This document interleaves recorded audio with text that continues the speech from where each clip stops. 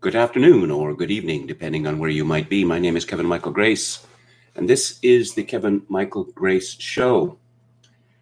So I thought I'd start today with a little thought piece about what's going on in the United States. I suppose I could start with from CNBC, why stocks could keep going higher even with massive unrest across America. Stocks jump as Wall Street focuses on the economy reopening. S&P 500 now up 40% from March low. So you've had the American economy largely destroyed by the COVID-19 panic. And now its major cities are going up in flames.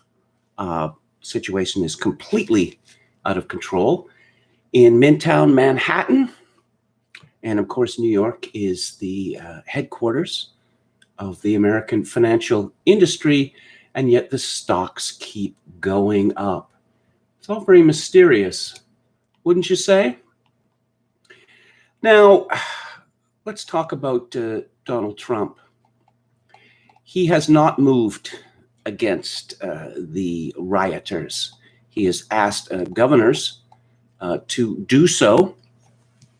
But certainly in New York State, they have not. They are refusing to do so, although there seems to be a battle brewing between Governor Andrew Cuomo and Mayor Bill de Blasio of New York City. I was struck by a tweet from @SidPolitics today. Is Trump moving too slowly to restore law and order? From the standpoint of good government, yes. But from the standpoint his enemies may well be planning to set up a Tiananmen Square incident in order to oust him, as Evan McMullin has intimated. No, he's not. And I agree with this. Now, as you recall, Evan McMullin, or Egg McMuffin as he was dubbed, a Mormon from the state of Utah and an ex-CIA man, that is to say, a member of the deep state, ran for president against Trump in 2016. In 2017, we heard disturbing indications that the U.S. military was keeping a close eye on newly elected President Trump. And I don't know, they might do something if they thought that he had gone too far. As I joked at the time, it was like a remake of John Frankenheimer's film 7 Days in May, only this time the traitors are the good guys. Consider what's happened since Trump came down the escalator in 2015. After his campaign caught fire and he made relatively quick work of his Republican rivals, it was all over by the Indiana primary.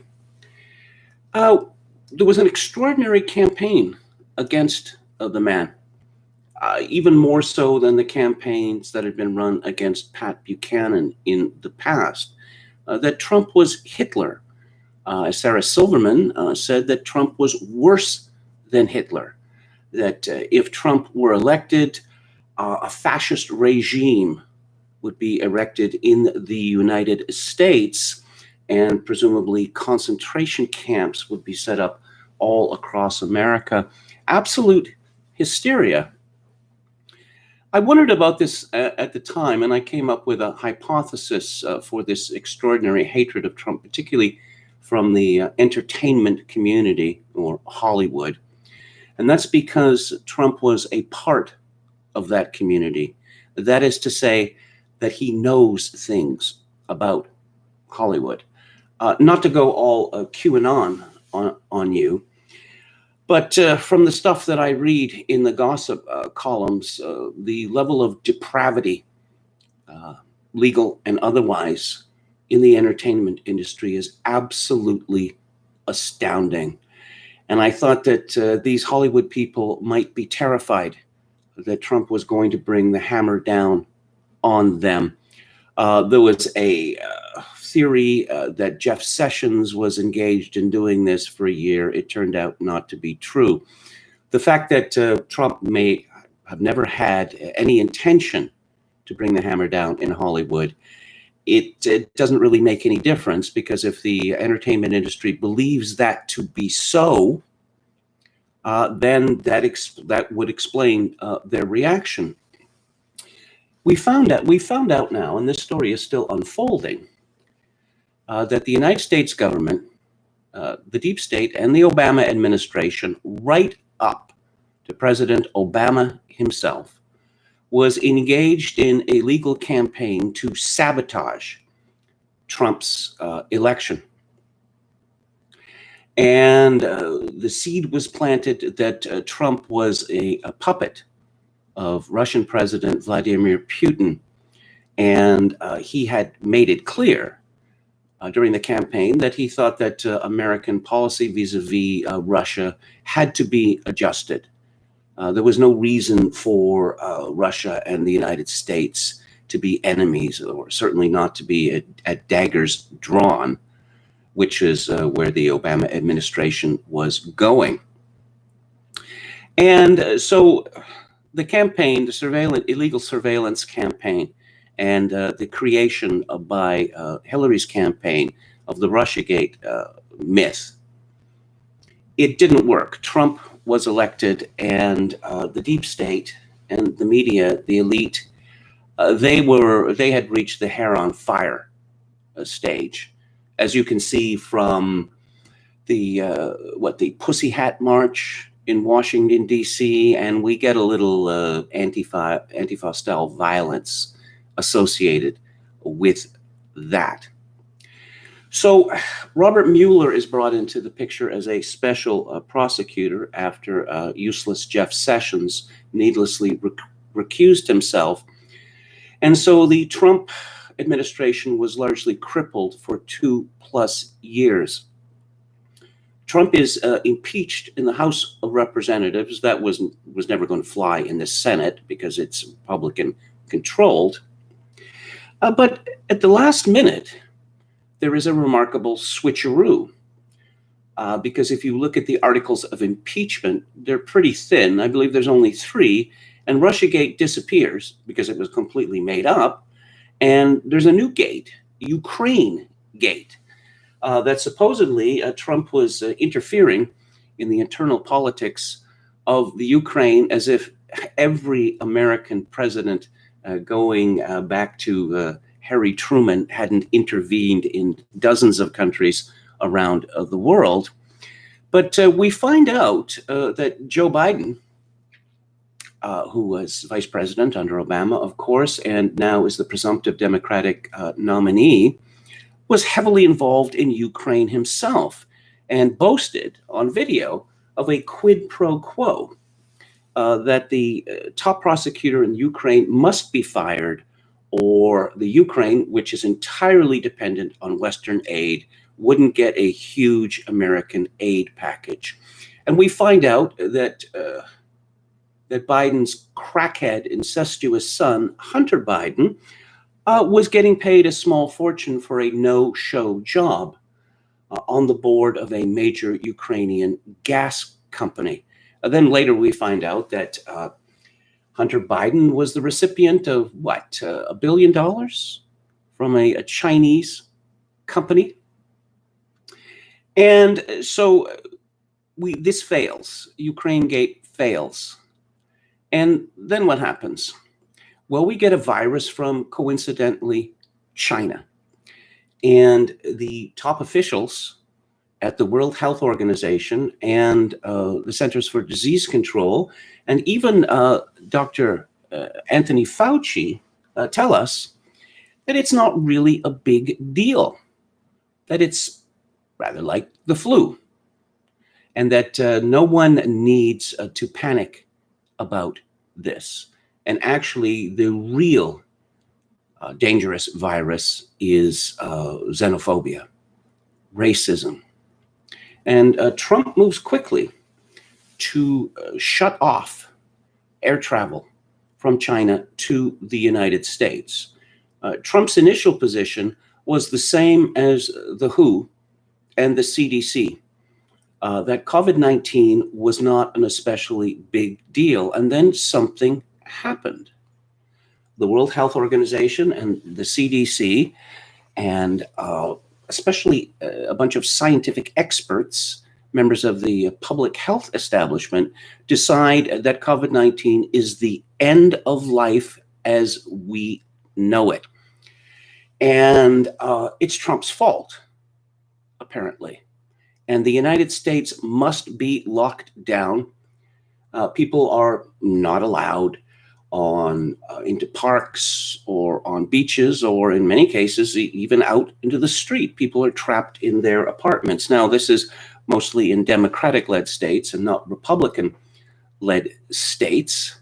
And that even as it turns out that COVID-19 is not the end of life as we know it, we're told that everyone needs to wear masks, even though the expert opinion from the WHO and from others was that there's no proof of the efficacy of masks, and that masks, which had become rare because China looted them from all over the world, that these masks, as available, should be reserved for people who work in hospitals, clinics, old age homes, etc.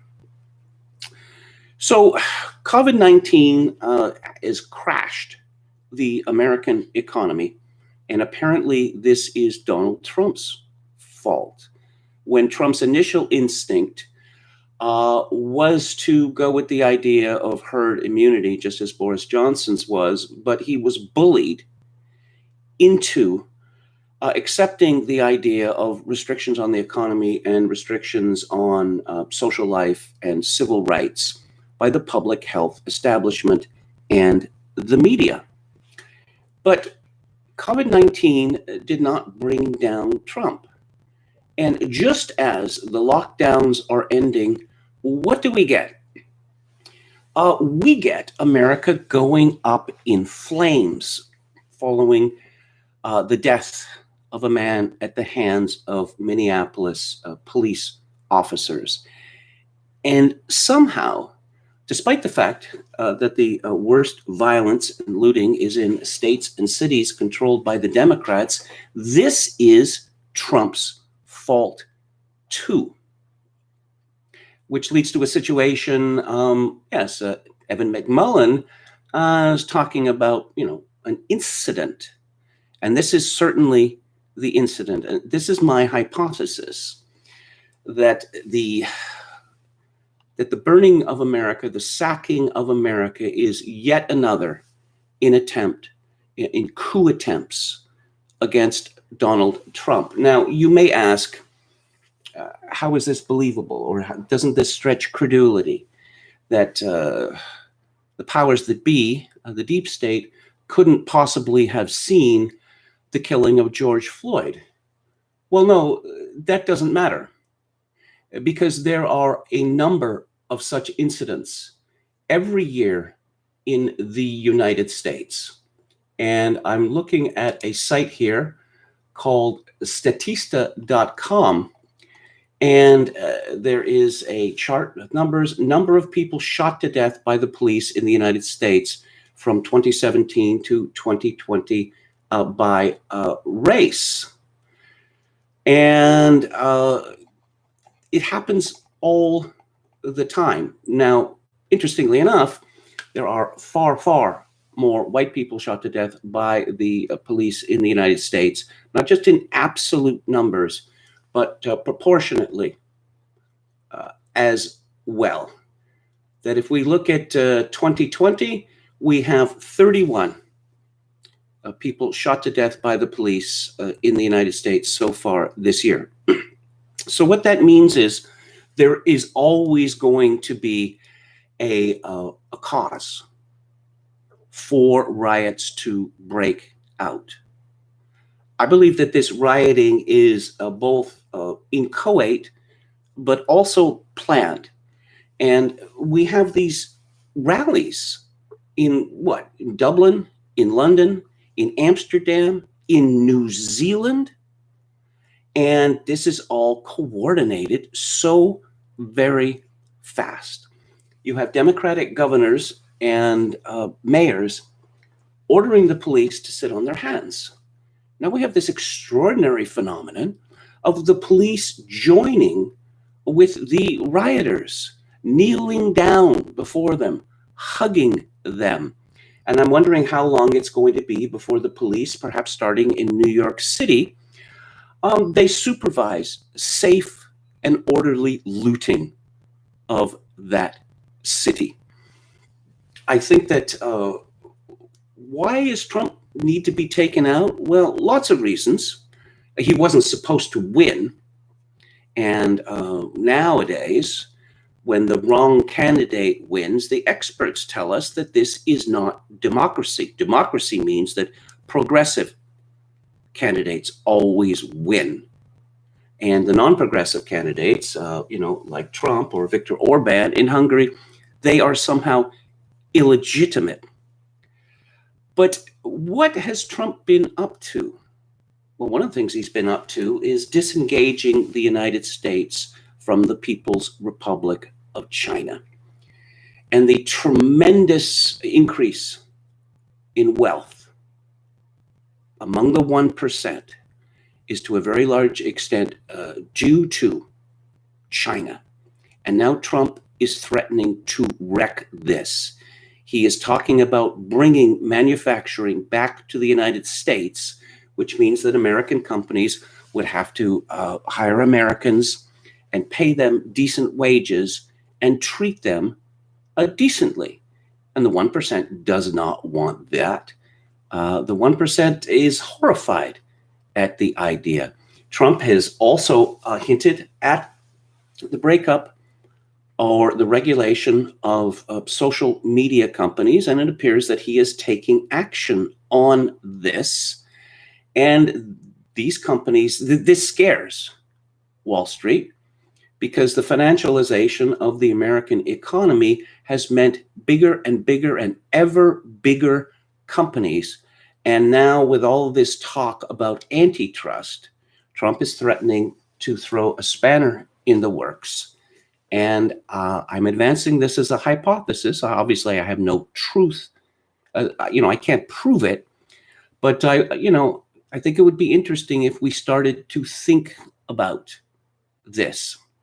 Ian Fleming, creator of James Bond, famously wrote, "Once is happenstance, twice is coincidence, three times is enemy action." And it's my view that is the situation where we are in today. So let's have a look at the chat. Choco King 666 says, "A huge mob of thousands passed by my house earlier."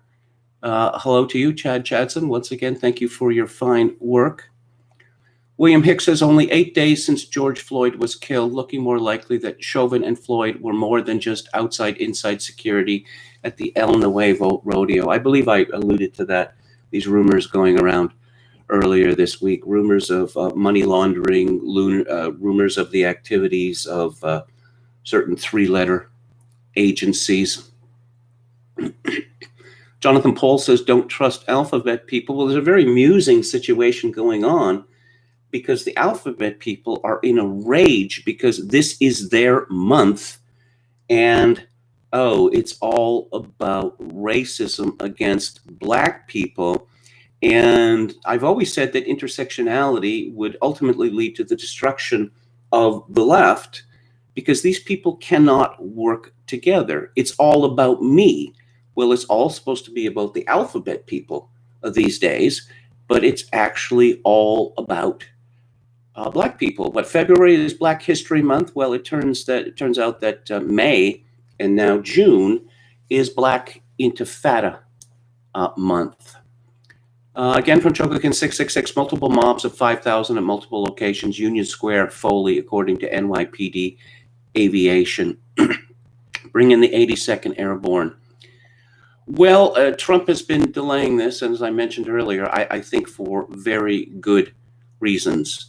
Because despite the fact that we see from polls that the majority of Americans want Trump to act, even as they display sympathy with the protesters and their grievances, it's already the case that people who are being killed, this is being blamed on Trump.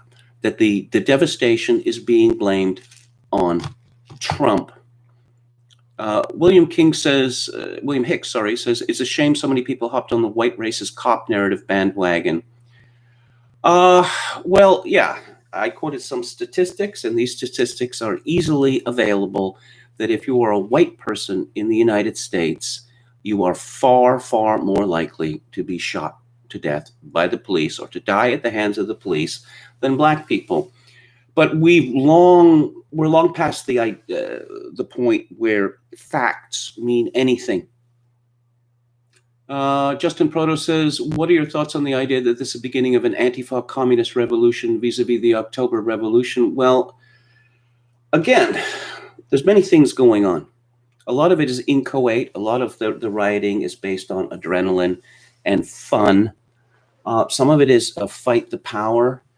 Some of it is a black intifada, but clearly some of it is Antifa as well. And we have, I mentioned yesterday, that the media is almost refusing to use this word riots. And that is not by accident. They keep hearing about anger. Well, it's possible to be angry without breaking stuff. So I think that this could be, again, this could be the third coup attempt against Donald Trump. That would mean all of these protests with the BLM placards and the highfalutin tweets, essay speeches, all of it will have turned out to have been completely off base. Well, as I'm going to discuss later when I talk about woke capital, anybody who is everybody has decided that black people need to be worshipped. They're actually reached that stage. And there's no hope. There's no hope for these people. You can talk about 1350 all you want. It makes no difference, because I'm increasingly seeing pieces in formerly respectable journals like the New Republic calling for the abolition of the police. I don't know what kind of world they're looking forward to. Chogokin 666, it doesn't matter. Myth is more important than fact. Myth is more important than fact. There's no question about that. That is something that George Sorel understood.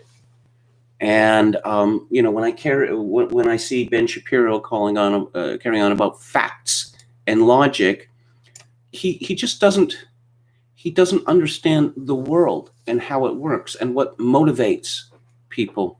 Lecomte de Boreas says they married COVID to Antifa and now they want a baby. That's pretty good. Trump is war weary. I just want to say this about Trump again, that all of these people, all of the black pillars out there don't understand that Trump is constantly A/B testing. That has been his modus operandi since the beginning of his career in real estate. He throws out ideas, he runs them up the flag, as they say, and see whether anyone salutes. He's a man who's always believed in having many options and not making precipitous decisions. And I think that we're seeing that here now. Contracoup says, after seeing the media cheer on these race riots, I hope even the dimmest among us can see just how important gun rates are. This is why they want to ban them. Yes, there's another possibility here, that we've heard talk about these riots moving to the suburbs. Gun sales are very high now. Ammunition sales are very high now. And it could be that one of the things they're looking for is for suburbanites to start shooting people in order to defend their property, to defend their lives. There's a very communist idea that's been put out there that property is not important. We had the police chief of Raleigh say that, no, I am not going to risk my men in order to protect property. Well, my own view on that is then you should retire and take your pension, Mr. Phony policeman. But we get the idea that buildings are somehow, they have a status of their own, that they're, anthropological. You know, buildings serve us. We don't serve buildings. Buildings house workers and they house people. But now we're being told that property is not important, which is, we're getting very close to communism there. Steinford says, would you consider this the final phase of Burnham's managerial revolution? I mean, it could be.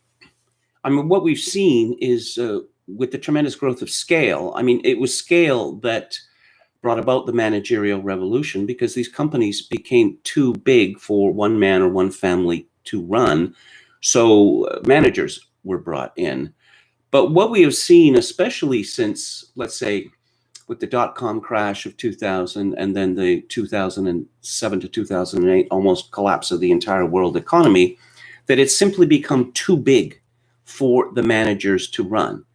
And ever since 2016, with Brexit and Trump's election, we have heard this howling from the globalists that this wonderful world that we created is at risk.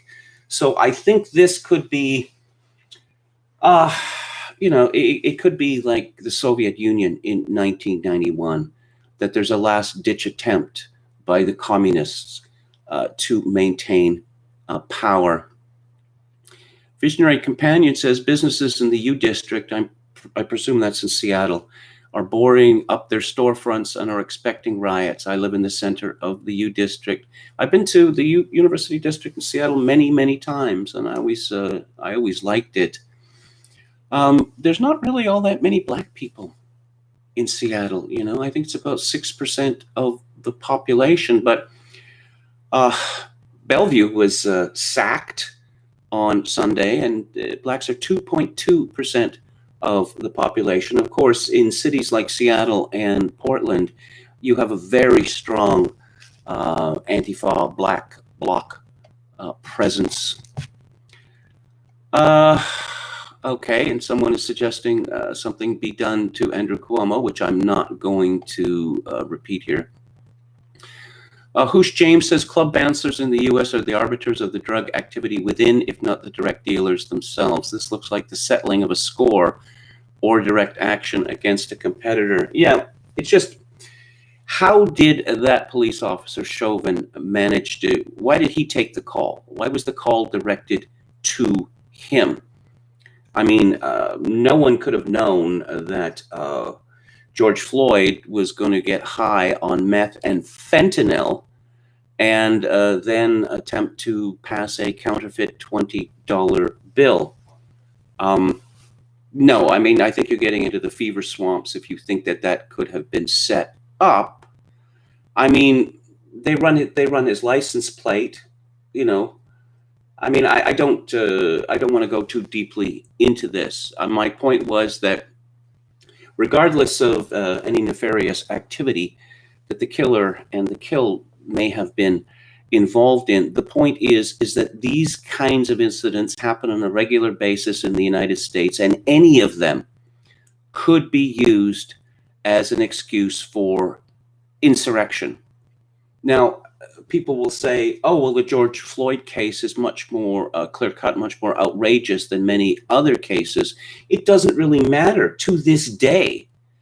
Michael Brown, the so-called gentle giant, who was, he was 6'4" and weighed 292 pounds.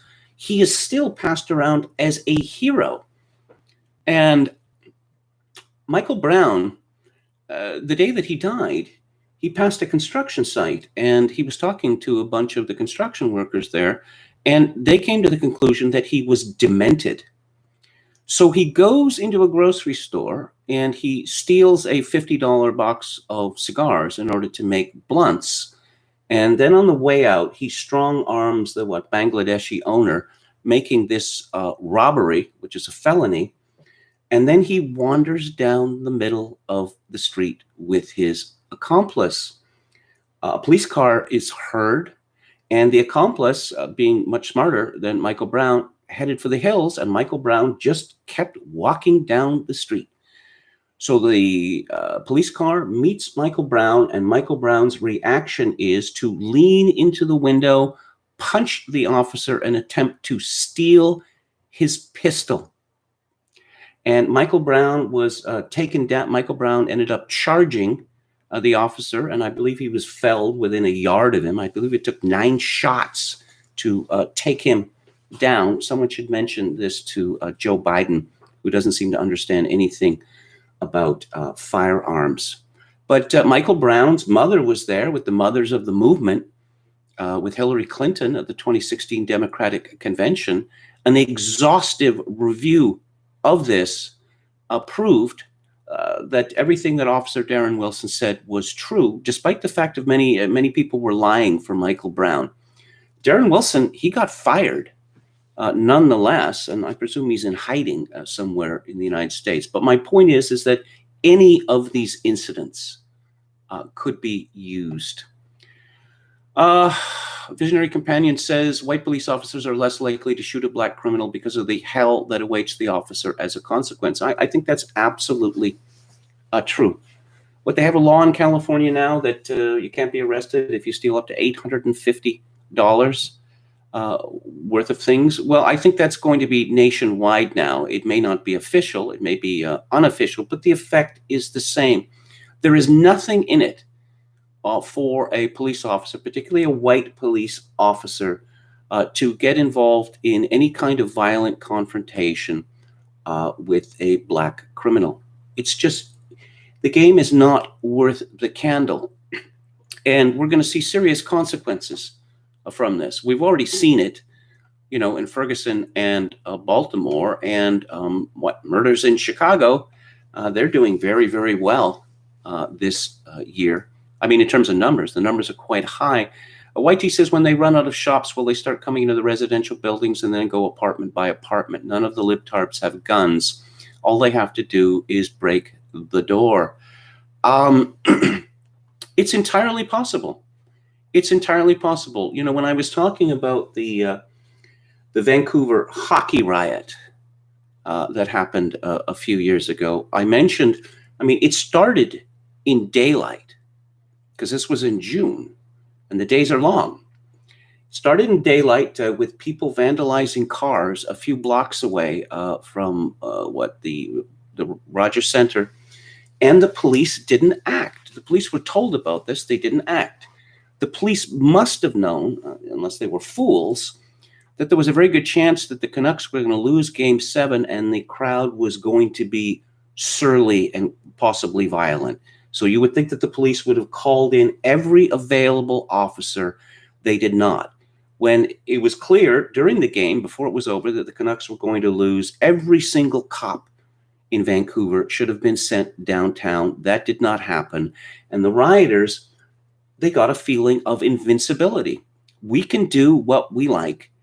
And there are so many of us now that the cops can't do anything about it. And so as a result, they ran amok in downtown Vancouver for several square miles until deep into the morning.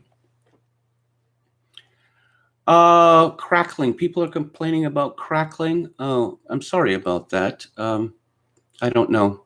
I'd replace the USB cable first. That is probably a very good idea, because the USB cable has, how long have I had this now? 5 years, something like that. And it has been, bent and bent and bent many times.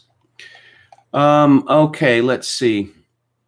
PK Teller says, we will live in an African society since they cannot live by our standards. Well, to a large extent, people do what they can get away with. And we've had a destruction in community, a destruction in the idea of the common good. It's sauf qui peut, every man for himself. And I'm thinking that, a lot of the white kids who are taking part in this uprising are feeling an exhilaration. It's, oh, we get to do this too? Well, isn't that fun? Any practical advice for a man in his 20s? I don't know whether that's directed at me or not. A couple of years ago, a friend of mine who was at law school He had a younger brother, and he was thinking about getting into journalism. And so we arranged, the three of us, to meet at a pub.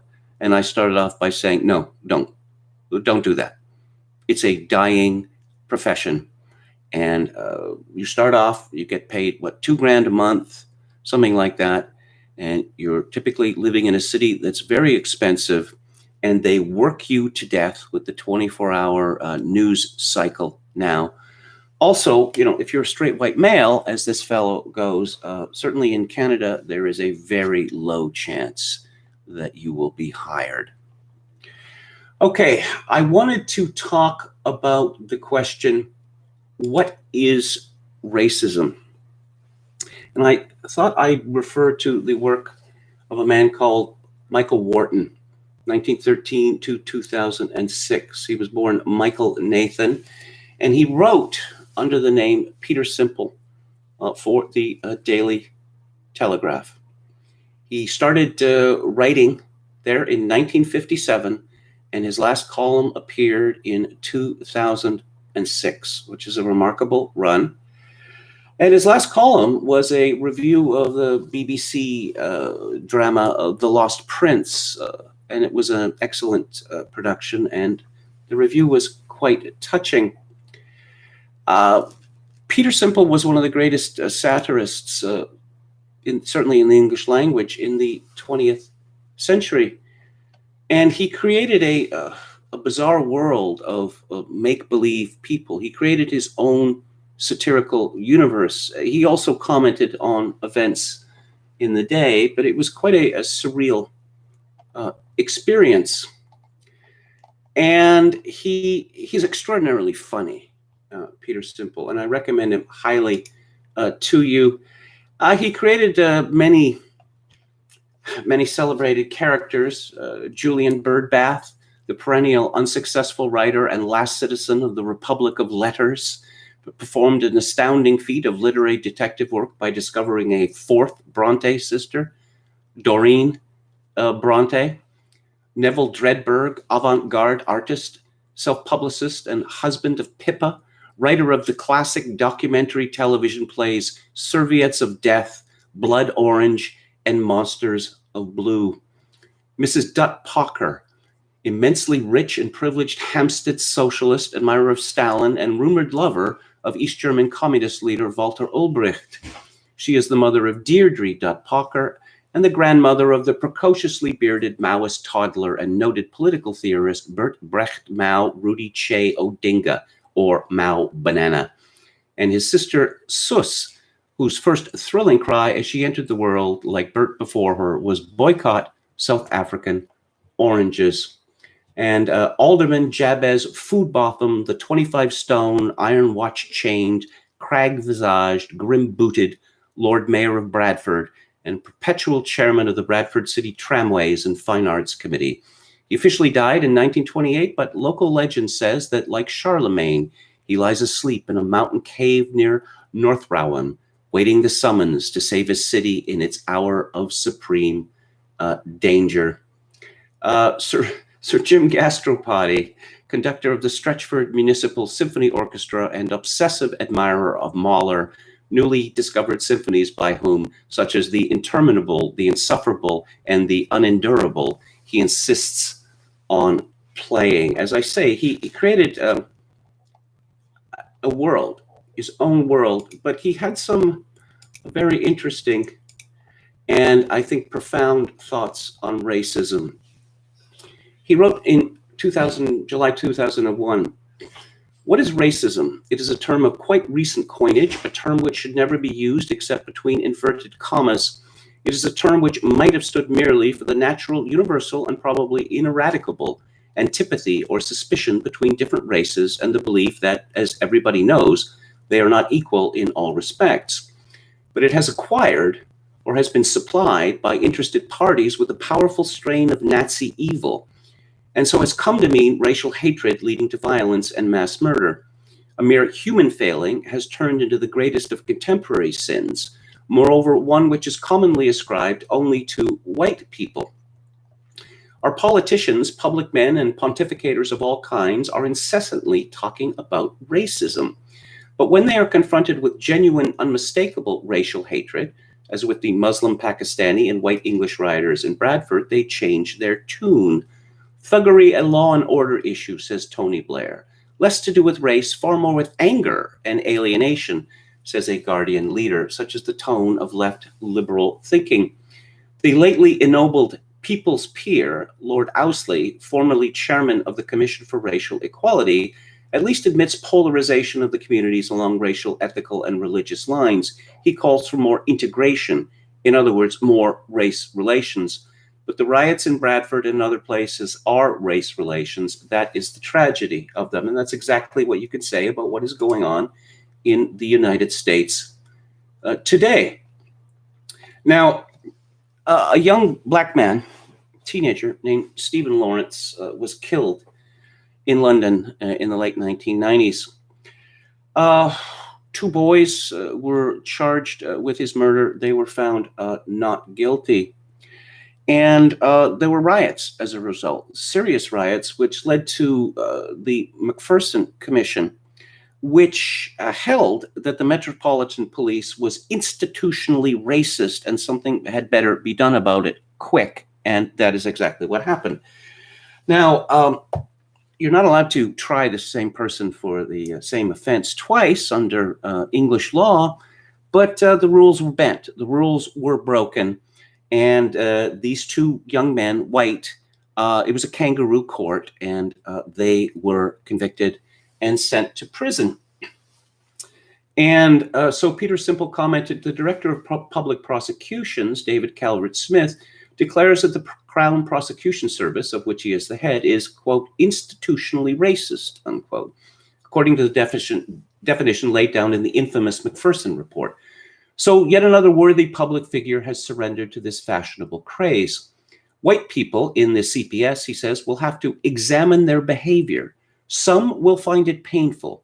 The first time you are confronted, burbles this misguided man, with the fact that you are actually behaving in a way which discriminates, your instinct is to say, what? Me? The instinct of any sensible person is to say, so what? Everybody discriminates in one way or another, and rightly so. But endless soul-searching, painful self-examination, neurotic guilt, and priggish compulsion to conform are all essential for the war against racism to which politicians and public men continually say they are committed. The war against racism is every bit as fatuous and futile as the war against drugs. Racism, which may be no more than awareness of racial differences and a tendency to be more at ease with what is familiar than with what is strange, is as universal and ineradicable a part of human nature as the instinct to seek in drugs some means of escape from the sorrow and the tedium of the world. Now, he had some fun with this concept of racism, and he invented one of the great jokes. He wrote in 2003, research workers in the race relations industry, by the way, that is a term that he coined, race relations industry. He also coined the term rent-a-mob. Research workers in the race relations industry are continually expanding and redefining the basic concept of racism on which this mighty industry depends.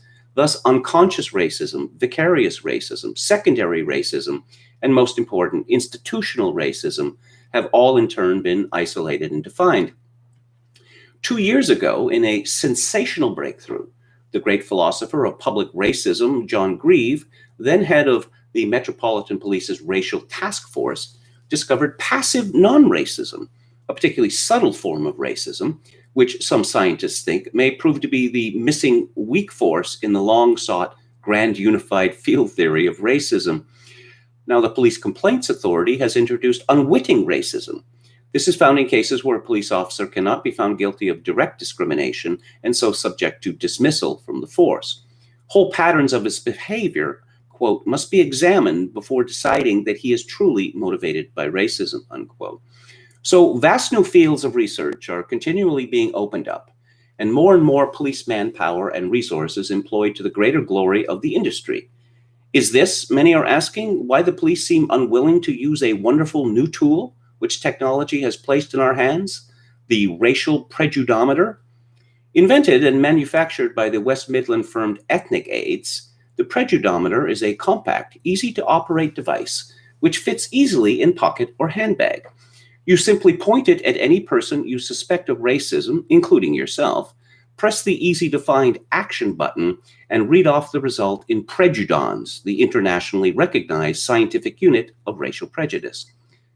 It is a mystery why it is not used universally in Britain today, where racism is second only to sex as a continual preoccupation. Is this because of our all too common fear of science and technology? Or is it because vested interests ensure that old-fashioned, time-wasting ways of doing things persist? And he praises this device. The McPherson report's definition of a racist incident as any incident perceived to be racist by the victim or any other person is causing immense trouble and confusion for all concerned. Yet there is a simple answer. As I have pointed out before, the racial prejudometer was originally developed by the West Midland firm of Ethnic Aids for use by the race relations industry, but is now available to everybody. Ask your nearest race relations stockist. Inexpensive and handy for pocket or handbag, you simply point it at any person, including yourself, you suspect of racism, press the easy-to-find action button, and read off the result in prejudons, the internationally recognized scientific unit of racial prejudice. A satisfied client writes, "After reading the McPherson report, I began to worry about being racist. I was sleeping badly and losing my appetite. My job at an important call center was at risk. My marriage was on the rocks. Then a friend told me about the prejudometer. What a difference! As I began to use it regularly, all my worries about racism vanished. Now I sleep like a baby, eat like a horse, and I'm so full of energy and keenness that I've been promoted call center section leader. I've just returned from an idyllic second honeymoon in Florida and feel like $1 million. Thank you, Ethnic Aids, for all you have done for me. Name and address supplied." This is only one of thousands of testimonials. Why then is the prejudometer not in use by everybody in Britain today? Is it because of an all too common fear of science and technology? This simple electronic device is admittedly not yet perfect. There have been incidents in London when Black people, Indians, Pakistanis, Somalis, Chinese, Japanese, and others have all been involved, causing the prejudometers to overread and implode.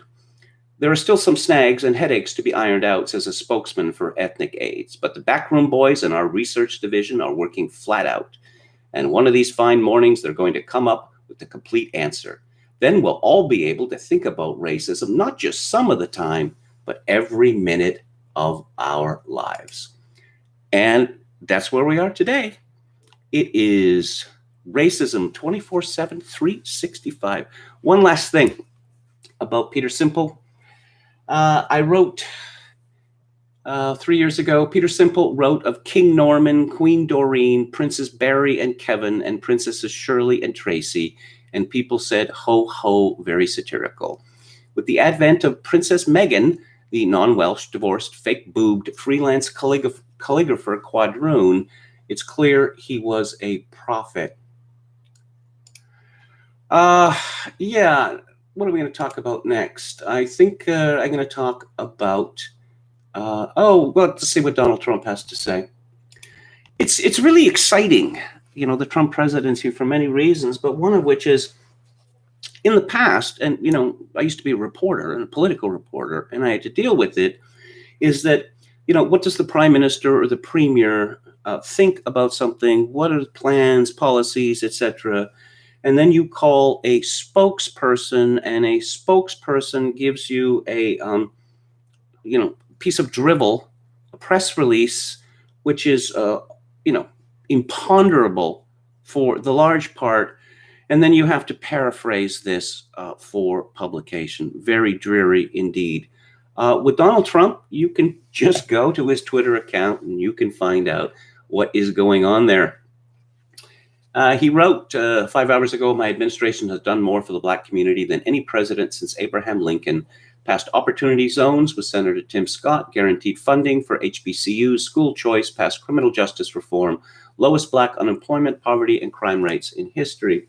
Now, people are going to complain that, this is a violation of the Saylor strategy, that Black people are not going to vote for Donald Trump. They're not going to vote for Donald Trump. That's true. But this pandering, if you will, is not directed at black people. It is directed at white people, particularly nice white women, who might fear, despite all the evidence to the contrary, that Donald Trump doesn't like black people. You will recall that George W. Bush practically had a nervous breakdown when Kanye West said that he didn't like black people. Can you imagine? He tweeted 26 minutes ago, Washington, D.C. was the safest place on earth last night. And then Sleepy Joe, that's Biden, has been in politics for 40 years and did nothing. That's certainly true enough. Now he pretends to have the answers. He doesn't even know the questions. Weakness will never beat anarchists, looters, or thugs. And Joe has been politically weak all of his life. Donald J. Trump, of course, is from Queens, New York. And at one point he was the king of New York. And clearly he loves New York deeply and is anguished at what is happening to it.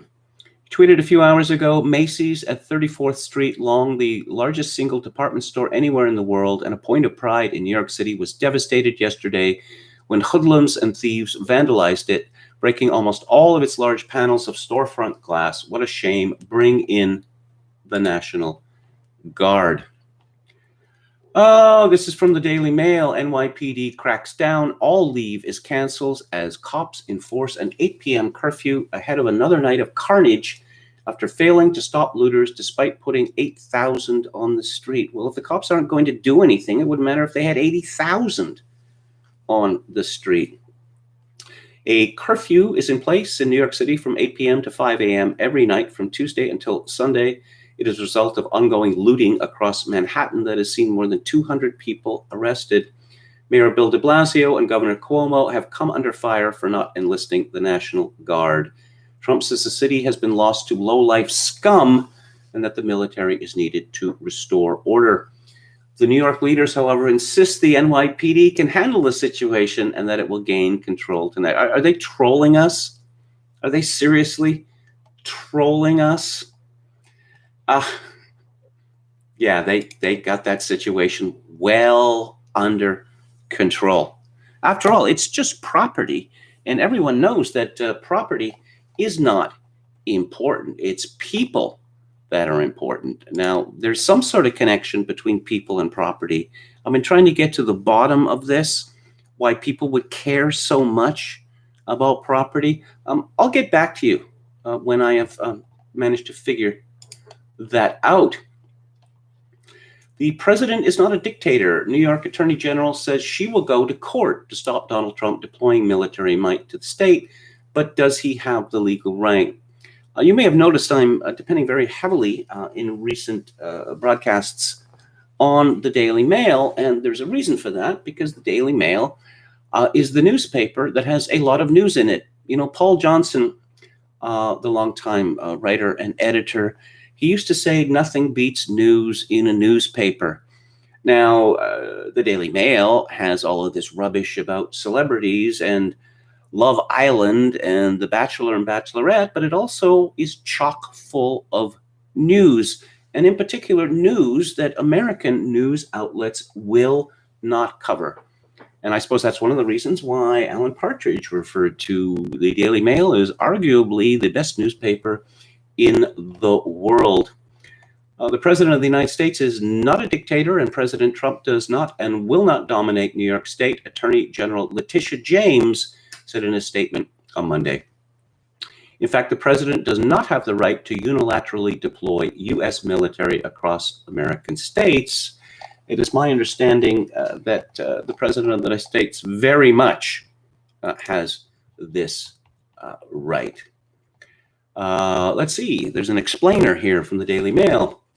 Would he really use a law from 1807? Basically, yes. In the 1790s Militia Acts, Congress gave the president specific powers to call up militias, the forerunner of federalizing the National Guard. In 1807, the Insurrection Act made clear that in addition, the president can call up, quote, such part of the land or naval force of the United States as shall be judged necessary, unquote. It has not been changed substantially, but it was amended in 1871, allowing the president to use it to enforce the 14th Amendment. a civil rights amendment passed after the Civil War. Hey, about that? How about that? That this act that Letitia is railing against was used to enforce Reconstruction after the Civil War. Another amendment in 2007, in the wake of Hurricane Katrina, made clear that the president could call up troops in the case of natural disasters. And okay, so Trump went to two churches, and he held up a Bible. And oh dear, that is just, can you imagine the gall of this man? Yeah, I remember Bill Clinton, a noted Christian and God-fearing man, used to appear in public holding a Bible, but not just any Bible. It was a black leather-clad Bible, soft leather, flexible. And, let's say serious, Bible readers would know what this means, because this is the type of Bible that is bought by people who consult the Bible a great deal. And, books with stiff spines, that they fall apart. Open and closed, open and closed, open and closed. You do that too often and they will fall apart. Thus the soft leather binding. Again from the Mail, Trump is rebuked by church leaders again for second religious photo stunt in 2 days. D.C. Archbishop calls President and Melania posing with statue of Pope John Paul II reprehensible after that walk to church. Church leaders lambasted the president after he made two separate trips to religious sites Monday and Tuesday in the midst of riots continuing in the nation's capital.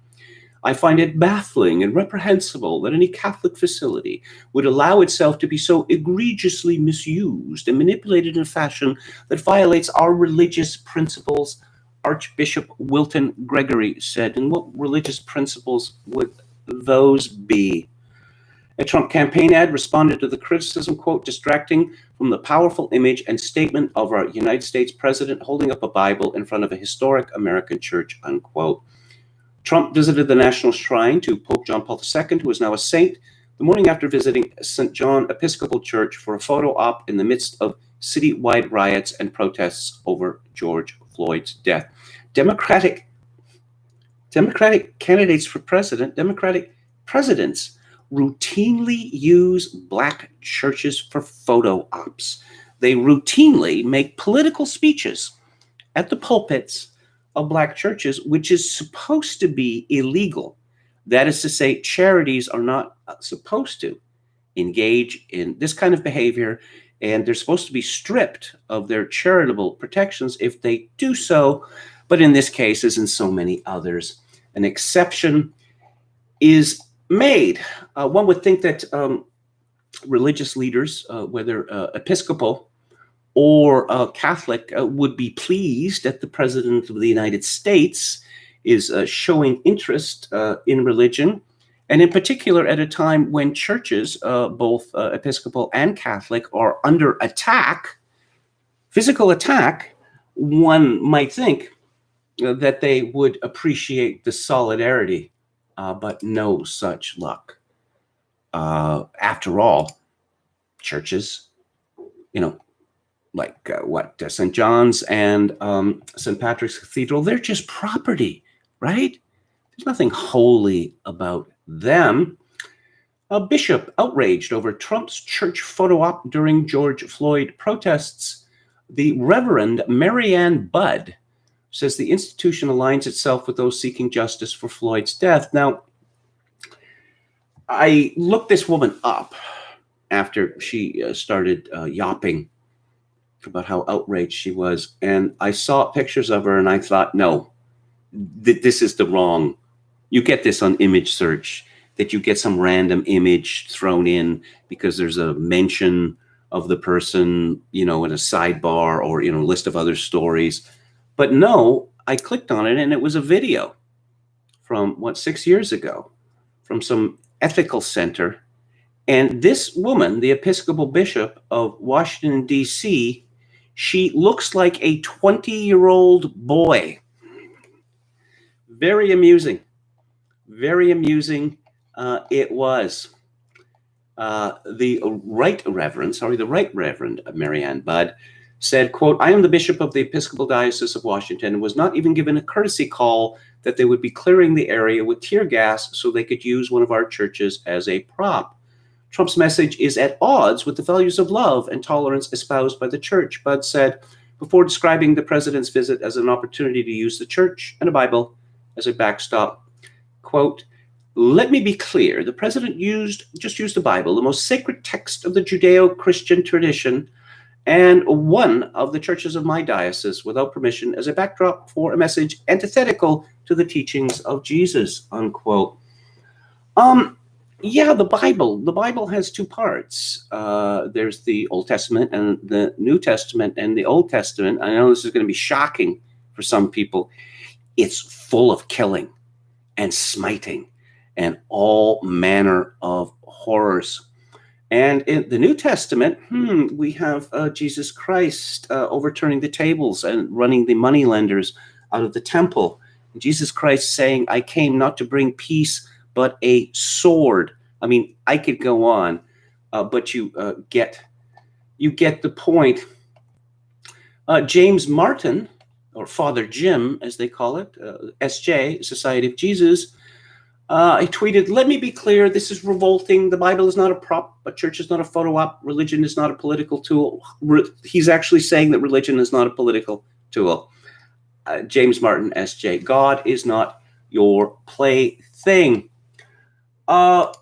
Father Jim, as he likes to be called, he's got nothing to do with politics. No, he just pursues the gay agenda relentlessly. He's very coy about his own sexuality. He actually has the gall to quote from Mark, "Give to Caesar what is Caesar and give to God what is God's." Yes, so maybe you should stay out of partisan politics then, Father Jim. He posted something incredible and disgusting, Father Jim did, which is, yes, there is a picture of Jesus Christ on the cross, and then there is a picture of George Floyd side by side. And Father Jim wrote, "After being brutalized and humiliated by civic authorities and being pushed to the ground as crowd watched, this innocent man was killed ultimately by asphyxiation, not by a loss of blood, and in his final moments, he cried out for a drink of water and spoke to his mother." Do you get it? George Floyd is the new Jesus. This is blasphemy, pure and simple. But of course, Father Jim is going to get away with it, as he's been getting away with it for decades. Now, we heard from another Catholic cleric, a man called, just let me bring this up here. I've got so many of these stories on this. Yeah. Oh, yeah, Father Edward Beck. Okay. And I advise you to look up a picture of Father Edward Beck. And it's difficult. You'll just have to take my word for it, because I can't show pictures at the video at this moment. Yes, I'll get around to it. Perhaps when the crisis ends. There is a picture of Father Edward Beck, and this is utter depravity. This is what you're looking at.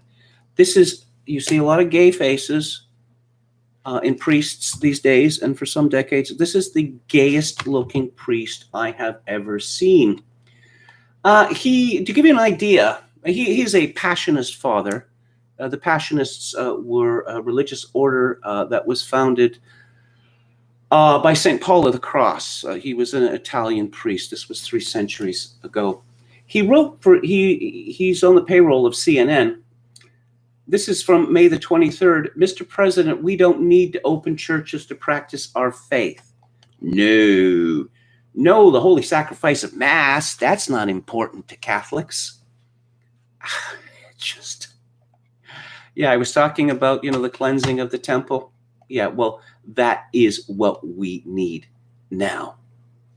But who says that religious organizations haven't already been providing essential services without this presidential blessing? I'm a Roman Catholic priest in the Passionist community serving at the moment in New York. During this pandemic, I have buried the dead at cemeteries with limited family members present. I have prayed with people via FaceTime and Zoom. Yes, isn't that nice? Isn't that nice? So he was on with, Anderson Cooper, railing against Donald Trump.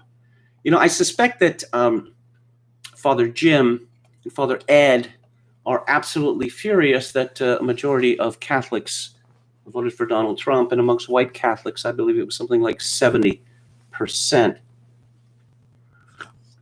That is to say, the people that actually attend their churches do not believe, they don't agree with these fathers politically. What does Joe Biden have to say? Well, you could imagine he's not very happy about this. He slammed Trump for using the American military against the American people. He tear-gassed peaceful protesters. You mean like the ones that tried to burn down the church? And fired rubber bullets for a photo, for our children, for the very soul of our country. We must defeat him. Washington's Mayor Muriel Bowser called the move shameful. I imposed a curfew at 7 p.m., she tweeted. Andrew Cuomo, noted Catholic, also expressed outrage over the incident. What the president did today was he called out the American military against American citizens. You mean like in Little Rock in 1957? It's not like this hasn't happened before. And apparently, sending in paratroopers to force integration at gunpoint, that was a great thing. One of the greatest things Eisenhower ever did. That's what you'll read in the history books, at any rate. Oh, let's, I'm sure some of you have heard of the 20-foot rule. This is a rule that police have, which is you don't want to get closer than 20 feet to someone who you think can be a threat to you, because people can be on top of you almost instantly from a distance of 20 feet. And within 20 feet, you might not even have the chance to pull out your gun. And you might not, you could miss, or you could not incapacitate the person who is attacking you. Also Joe Biden, he lived through the race riots of the 1960s, and he may have heard about a famous or infamous order. I think it could have been Mayor Daley of Chicago, shoot to kill. Now, shoot to kill doesn't mean, we're looking for a big body count. It means that if you don't shoot to kill, you are not going to incapacitate the person who is attacking you. You might be seriously injured or die, or the attacker could go on to hurt or kill other people. Again, from the Mail, Joe Biden has suggested that police should be trained to shoot knife-wielding suspects in the leg instead of the heart in an effort to reduce the numbers of people killed by police. Quote, instead of standing there and teaching a cop when there's an unarmed person coming at him with a knife or something, an unarmed person coming at him with a knife, senile buffoon, shoot him in the leg instead of in the heart. It's kind of difficult, particularly in moments of, situations that are fluid, maybe panic-stricken, to shoot someone in the leg. Body mass is what they teach, body mass. And also getting shot in the legs, that is very, very harmful. There's all these arteries there, very important arteries, which can lead people to bleed out rather quickly, or could lead to paralysis, right? I guess Joe doesn't know anything about that. Without offering specifics, Biden promised to, quote, deal with institutional racism, unquote, and set up a police oversight body in his first 100 days in office, if elected. There are a lot of things that can change regarding police training, Biden continued. Could one of those things be that Black people are not allowed to be arrested anymore? Because that is no longer, a fantasy that is put out there by Black Lives Matter people. We are hearing this more and more. His comments of urging cops to practice a policy of shoot to wound rather than shoot to kill come after 5 days of protests over the death of George Floyd last Monday. You know, if you're interested in learning more of this on this subject, you can go to Red Letter Media and look at their review of the training film Surviving Edged Weapons.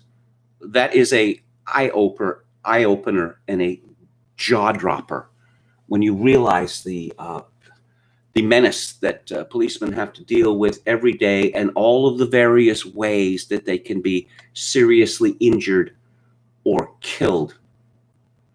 Last year, Biden ended up apologizing for views he had previously held on criminal justice and is now proposing to repeal some of the parts of the 1994 law giving second chances to those who are in jail and eliminating racial disparities. Oh, eliminating racial disparities, that's going to mean not arresting Black people. Joe Biden also said a few months ago that since, I don't know, 1 in 4, 1 in 2 women are raped, and obviously not that many men are convicted compared to those figures, that's because the figures are false, that the presumption of innocence would have to be scrapped. Can you imagine that? This is what Joe Biden plans to bring to the United States. Nancy Pelosi, the abortionado, brandishes her own Bible as she slams Donald Trump for having peaceful protesters beaten for his church photo op, then reads from it and tells him to be the healer in chief. And she read from Ecclesiastes 3, verses 1 to 8. And yeah, this is from the New International Version. There is a time for everything and a season for every activity under the heavens, a time to be born and a time to die, a time to plant and a time to uproot, a time to kill. A time to kill. Yeah. There's a lot of mention of killing in the Bible, you know? But Nancy Pelosi probably believes that that Jesus Christ was a Palestinian Che Guevara. That's what she probably believes. Oh, and no discussion of this would be complete without hearing from Canada's own Michael Corrin. Michael Corrin had a considerable audience in the United States for some years. Let's see, he was an agnostic, something like that. And then he converted to Catholicism. Then he came to Canada around 1990 and made a big splash.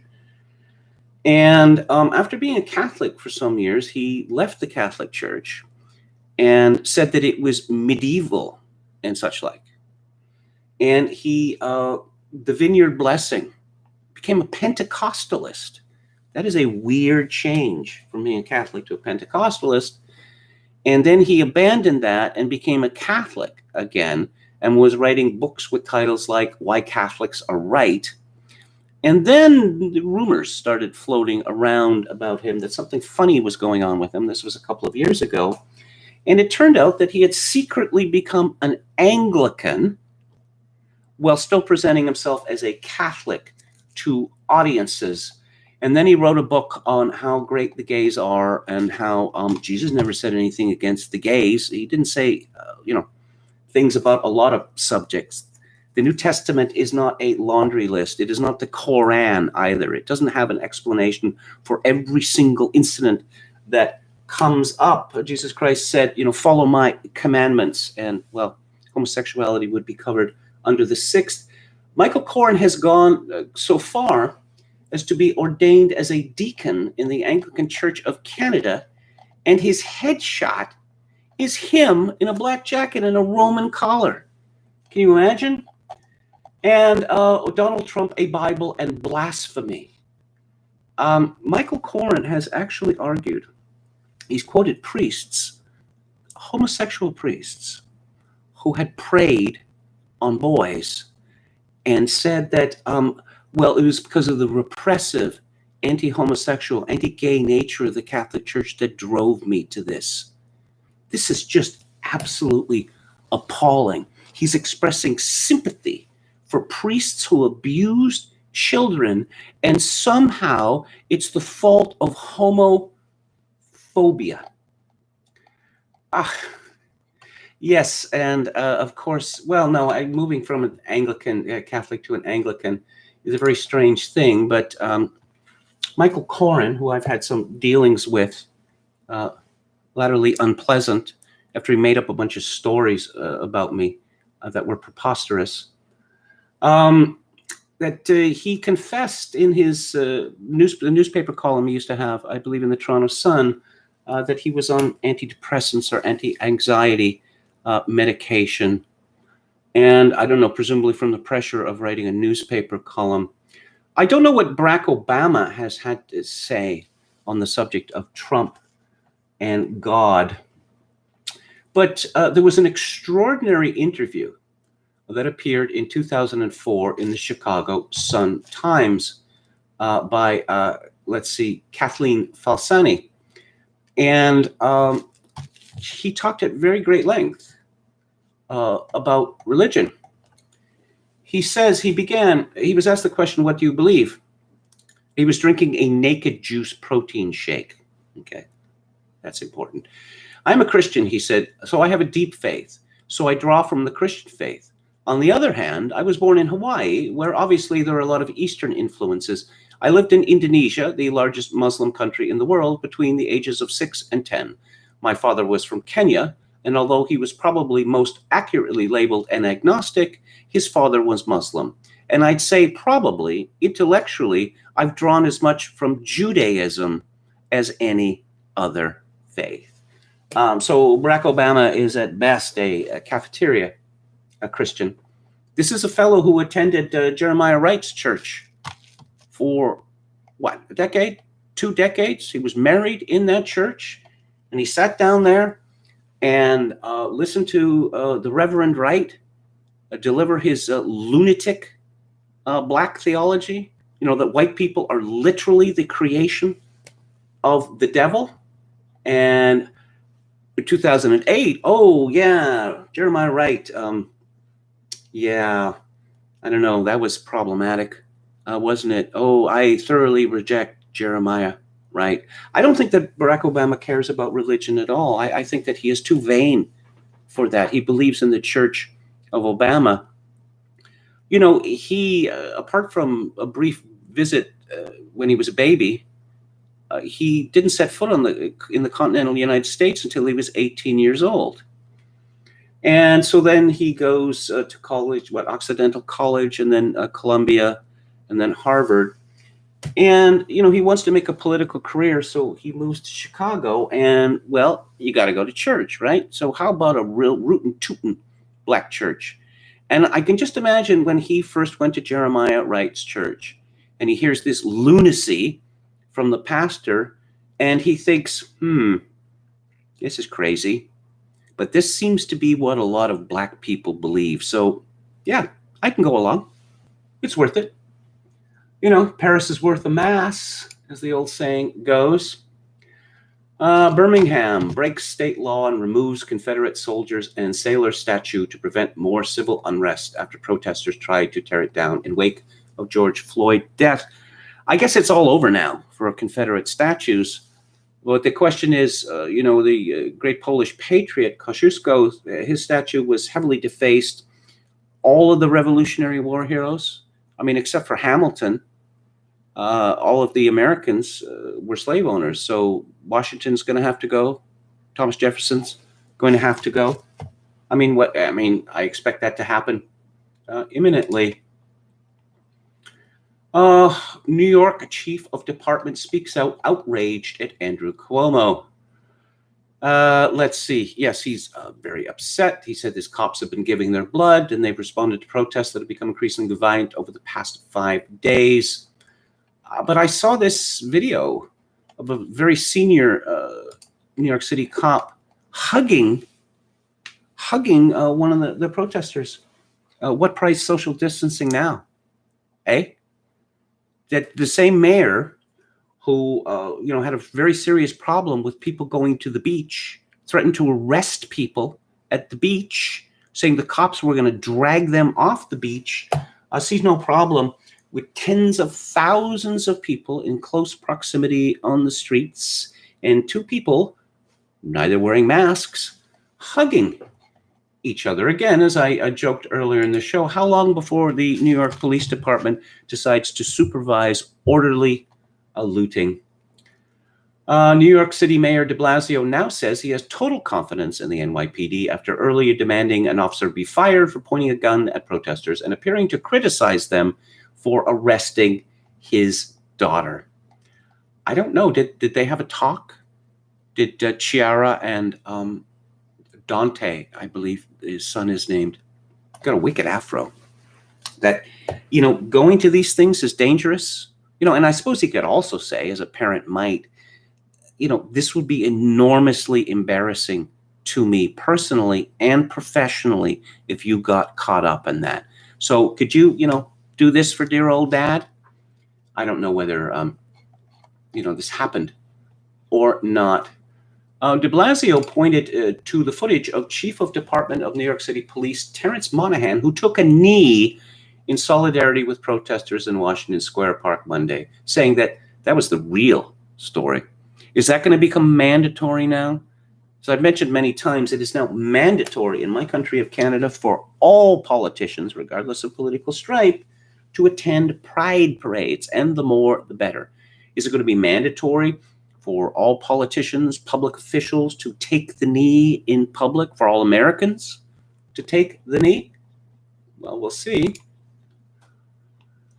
From the North Carolina News and Observer, and tense protest turns emotional as 60 North Carolina police kneel before their demonstrators. The kneeling, by football players and others was a reaction against, hand on heart during the national anthem. This is something different. This is a clear gesture of submission. Here's a honest young man, and I always like to see that. Honesty is the best policy, we're told. This is from the New York Post. A California looter who targeted a New Balance store this week said he was mostly there for the dough and was only motivated a little bit by the ongoing protests over George Floyd's death in Minneapolis police custody. The man, whose name was not released, although there's a picture of him, was among a crew of suspects who targeted the sports supply store at Wilshire Boulevard and 26th Street in Santa Monica on Sunday afternoon. As the group got into a getaway car, one of them wasn't fast enough and was left behind. Police caught up to him and placed him in handcuffs. He told the reporter that point blank he was just out to get some money. When asked if the incident in Minnesota, which has sparked nationwide outrage, prompted the looting, he said that wasn't his main motive. Quote, "I mean, a little bit to do with that too, you feel me? But not really. I'm out here for the dough," unquote. But he added that it was obviously not worth it. If you're going to get some money, do it right. Don't do it the dumb way. Do it the smart way. I just wonder how many of the protesters, the rioters, I'm assuming that there's a great many of them who haven't heard the name George Floyd, and if they may have heard it, but what do they know about the circumstances in particular? I don't really, it's not particularly relevant. It doesn't matter. Any cause will do. Okay, going back to the chat from John S. Aslan, I wouldn't joke about defacing a federal monument. These comments are permanent in some databases. Yeah, don't suggest any illegal activity, please. Okay, he was a plagiarist too, but not a porn star. I assume that's a reference to the Reverend Dr. Martin Luther King. Yes. It was proved by a fellow named Pappas, who wrote for Chronicles magazine. He did the research and found out that that Martin Luther King's doctoral thesis, Doctor of Divinity, at Boston University was heavily, heavily plagiarized. This was a major story, but got almost no coverage for obvious reasons. Now, the press in the 1960s, America was a lot freer than it is today. I remember reading in Newsweek magazine about Martin Luther King's activities as an orgiast. He was a great participant in that.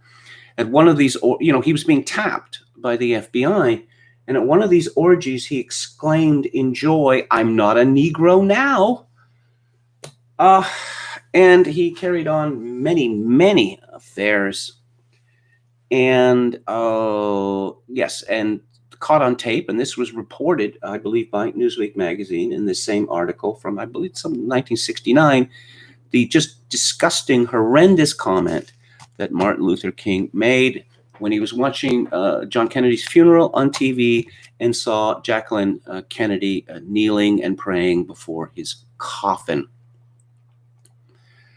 Aslan again, Cuomo sounds whiny, like a petulant. I won't say this.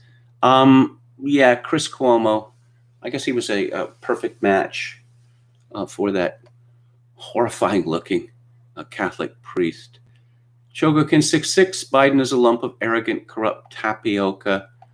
I mean, everyone makes mistakes speaking. Well, not all, there are a handful who don't, but almost everyone does. And, mistakes in speaking can be forgiven. It's just a question of how many are there.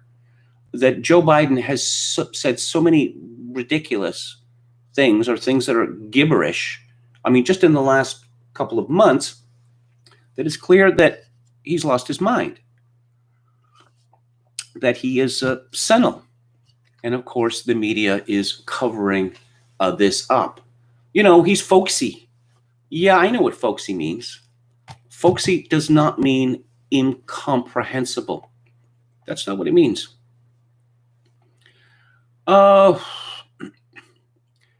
Mary Crow says, I don't know how they can quote from the Bible and not think of the Ananias and Sapphira. Well, it's funny that these people, so many of these people have no time for religion at all, especially for Catholicism. But, they'll seize upon any excuse. Nancy Pelosi, yeah, I'm sure that she spends a lot of time reading the Bible. But of course, this is something that Protestants complain about, is that Catholics, for the most part, they don't read the Bible much. They hear Bible readings at Mass. Catholics don't believe that the New Testament is the source of their religion. As Cardinal Manning famously said, our church was in the world before the New Testament was written. But that's a diversion. John S., waiting for Alex DeLarge to jump on and admit he was completely wrong about the tanker driver yesterday. Governor says he was ahead of road closures and didn't go around barricades. I would think that it's a natural reaction when you see a bunch of people on the street, on the highway, not the street, the highway, on the interstate, and there is a tanker truck roaring down, that people are going to get out of the way. Because, why wouldn't they get out of the way? They don't want to be crushed, do they? And so this must have been very shocking to this fellow, which explains why, he got so close to these people. As been pointed out, it's rather difficult to bring a tanker truck to a stop. A Visionary Companion says there is a black woman in Seattle who is both an Episcopalian priest and a devout Muslim. Yeah, well, I'm not surprised. There was a female priest in the United Church of Canada, and the United Church in Canada, much like in Australia, it was the result of a union, I think in 1926, between the Methodists and the Presbyterians. It is the second largest church by attendance in Canada. In Ontario, I believe, well, somewhere in Canada, this woman, she announced to the whole world she was an atheist. And so this fierce debate broke out about whether she should be purged from the United Church priesthood, with a whole bunch of people actually seriously arguing that it would be religious discrimination to purge her. Metal Mike says, Reverend Michael Coren, the self-described Catholic, Anglican, Jew, socialist turned conservative, turned woke. Michael Coren is half Jewish. He's constantly going on about it. He's constantly telling these preposterous stories about his cab driver father almost single-handedly put an end to Oswald Mosley in the East End of London. Absolutely ridiculous. Aslan says, read Leviticus. Indeed. Indeed. I don't know whether you know this, but I'm sure you all know the story of Sodom and Gomorrah. This raises a serious problem for homosexuals who say, oh, well, Christianity has nothing against homosexuality. What they have argued for some decades now is that destruction that followed wasn't because of rampant immorality or making a sexual overture in an angel. It was because of a lack of hospitality. That's what they actually say. I mean, they'll say anything. Uncle Joe is the guy who taught us to shoot people through our front door with a shotgun, says Hoosh James. Yeah, again, I'll recommend this documentary, Surviving Edged Weapons, because if you watch this, you'll think, I had no idea there were so many different ways to kill someone. Almost anything can be made into an edged weapon, and a lot more people than you would think are actually carrying them. Altered Testosterone says, at least my portfolio is doing well again. Well, I'm glad to hear that. And all of you have 401ks. I guess you're feeling relief. So let me open this story. I've mentioned this website, Woke Capital, and the concept of woke capital. And there was an interview a year and a half ago with the fellow who's behind it. And he explains why he started it. And I think it's interesting. He was asked, this is on the website parallaxoptics.com. When did you first become aware of woke capital as the nexus connecting orthodox state progressivism to large capitalist corporations? He responded, the campaign run up to the election of Trump, not to mention what came after, really laid things bare. Prior to that, I hadn't really formulated a coherent conception of woke capital. I've worked in big bureaucratic organizations for most of my adult life, and I'm a product of the American public school system, not to be confused with public schools in the UK. As far back as middle school, I could recall a certain preaching with regard to certain topics and how we were being made to care, narrative voice, I never did. The clearest examples include global warming, now given the Orwellian moniker climate change, in science classes, Black history in history class as a kid. I remember doing a project on George Washington Carver, the great Black American who invented peanut butter. Turns out he actually didn't even do that. There was the well-known Saturday Night Live skit from the 1960s where they're just taking the piss out of, George Washington Carver, and all the different things you can do with peanuts. It was funny.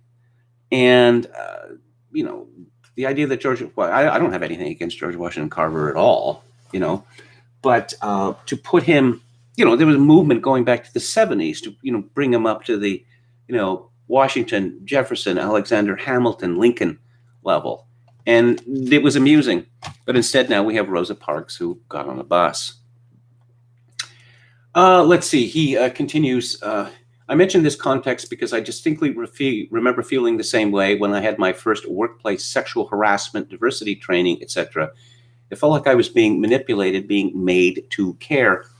During the 2012 presidential election, I noticed the failings of conservatism and libertarianism and came to some conclusions that somehow led me to the reactosphere and, of course, Moldbug. Having pretty strong libertarian corporations impulses in the past, it probably took me a few more years to truly notice woke capital as a thing. If I had to pinpoint a time when it all coalesced, I'd have to say it was in 2015 when I was made aware that Goldman Sachs was flying a pride flag on their flagpole next to the American flag. He was asked, do you perceive a who-whom dynamic at the core of the interrelationship of the cathedral and capital, or do you view the relationship as symbiotic? I really hate that term, cathedral, because I think cathedral is a beautiful thing. He responded, it's a bit hard to pinpoint things because I think there are actually multiple phenomena at play with regard to woke capital. If I had to break it down, I'd come up with something like this. You've got the true believers, the Havel's greengrocers, the cynical opportunists, and some mixture of the three. He explains true believers. This is pretty straightforward. They've taken the blue pill, they've internalized decades of cathedral propaganda, and they basically walk the walk. Very few successful corporations have been built up or run by true believers because the cathedral religion is basically a giant FU to Ganon. On the other hand, some successful corporations have been cordycepted by true believer entryists or cynically promote them into positions of power. Havel's greengrocers. This is a reference to Václav Havel's seminal essay, The Power of the Powerless, wherein a greengrocer puts a Workers of the World Unite sign on his store in communist Eastern Europe, not because he believes it, but because it's the party line and he wants no trouble. The analog to today's woke corp is the pride flag or the Black Lives Matter sign or some other iconography of the progressive religion. The motivation for these types is to stay in business. It's basically a risk mitigation strategy, as any company perceived as insufficiently woke may be penalized with lawsuits or boycotts, etc. Pay some lip service to the religion, pay the Danegeld, pay the mafia protection money. It's the path of least resistance. Cynical opportunists, these are the ones who see an angle to virtue signaling. Hey, those gays and single women sure do have a lot of disposable income. Hey, we can import cheap immigrant labor to drive down costs. Hey, we can get benefits, take advantage of government programs if we do X, where X might be something like build affordable housing or hire a certain number of diversity candidates, etc. These people don't actually believe the bullshit, but are hyper aware of status dynamics and from whence power flows. Many of these are sociopathic status maximizers, SSMs, not a term I made up mixture. This is the most common for your average woke corp. Most often you've got true believers and all the rest of them. This is a very long interview and it's quite illuminating and I recommend it to you, but that's as much time as, oh yes, this ad. What's an ad for? Is a fashion company. It's underwear. And wow, where did all the white people go? Where are the white women at? Because there aren't any. One would get the impression, you know, you watch TV and you get the impression, even in Canada, that the population is 50% non-white or 50% black even. And I see there's that model there that has the horrible skin disease, you know, where patches of your face, your body are white. Her name is Winnie Harlow. It's just, no, this is a nightmare. Why is that woman being put in front of the camera? It's just... Anyway, as I say, I recommend this interview. And of course, the Twitter account, Woke Capital, which has been suspended from Twitter, but is still up.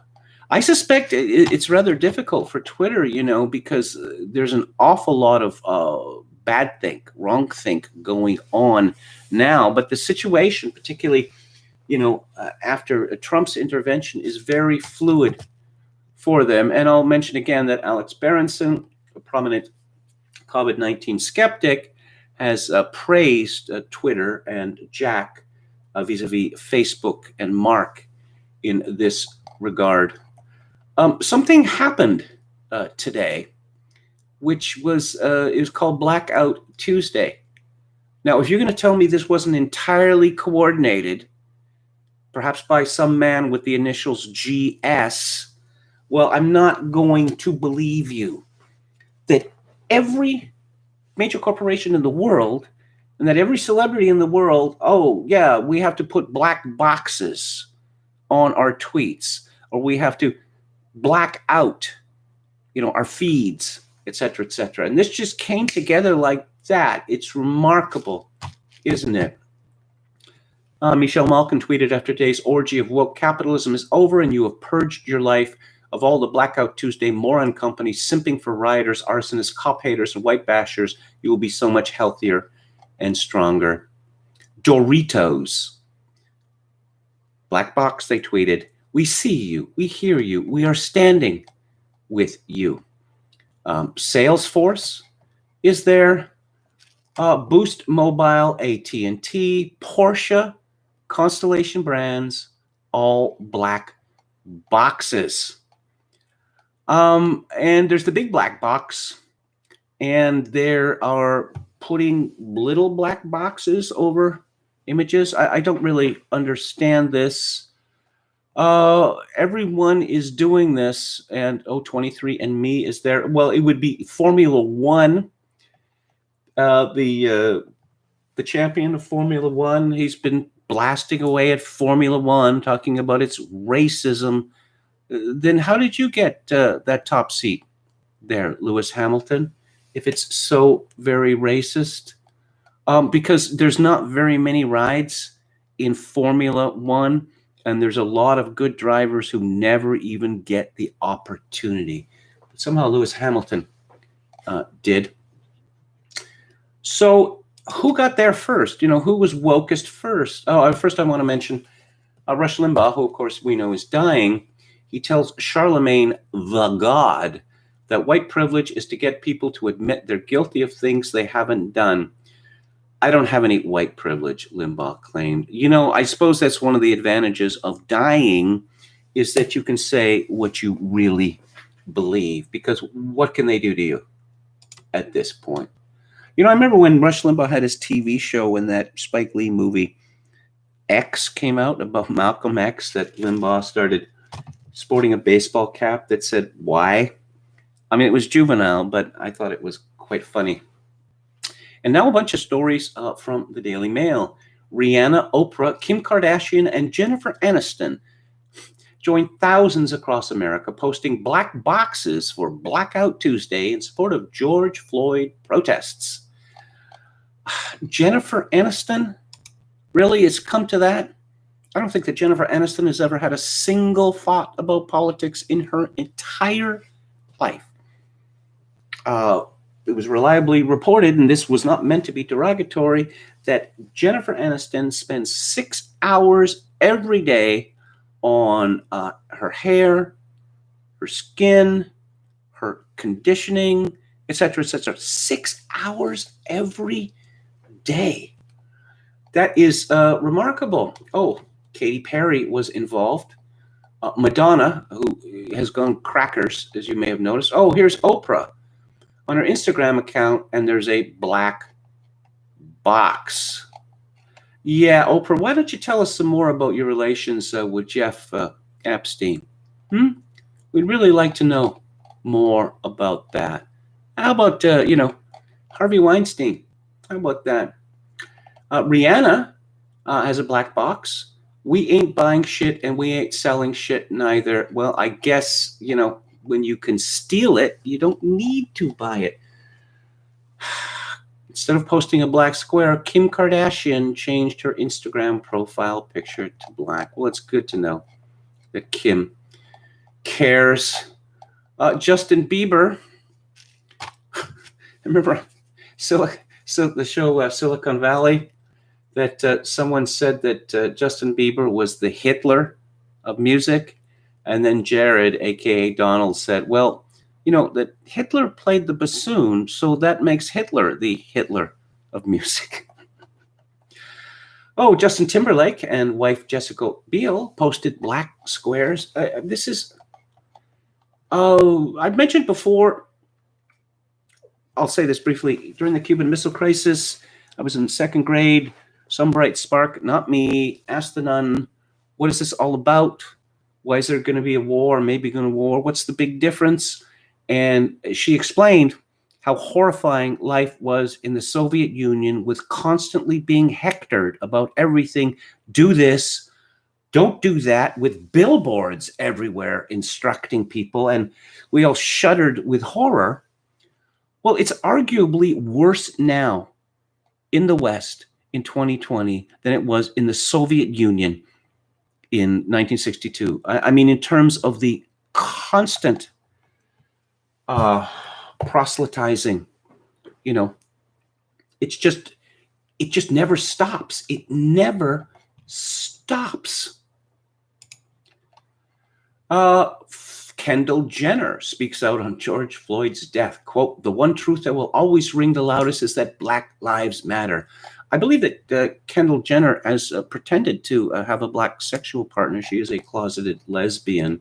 Of course, it's a well-known rule in that family that the women only have sex with black men. Oh, well, there's Scott Disick. How come I know so much about this? Because I want to stay au courant with the culture, and the Kardashians have dominated popular culture, what, for a decade now? Transgender model Monroe Bergdorf slams L'Oreal Paris over its support for Black Lives Matter, saying the brand threw me to the wolves for speaking out on racism. Yes, there are transgender models, Black transgender models. I'm looking at this woman now. She has grotesque fake breasts that, you could probably drop a small apple between them. That's how phony they are. And her chest and arms are covered in tattoos.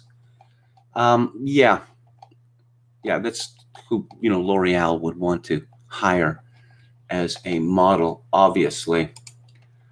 I am so sad. Ellen DeGeneres holds back tears as she addresses race riots in America after CNN's Don Lemon called on her to take action.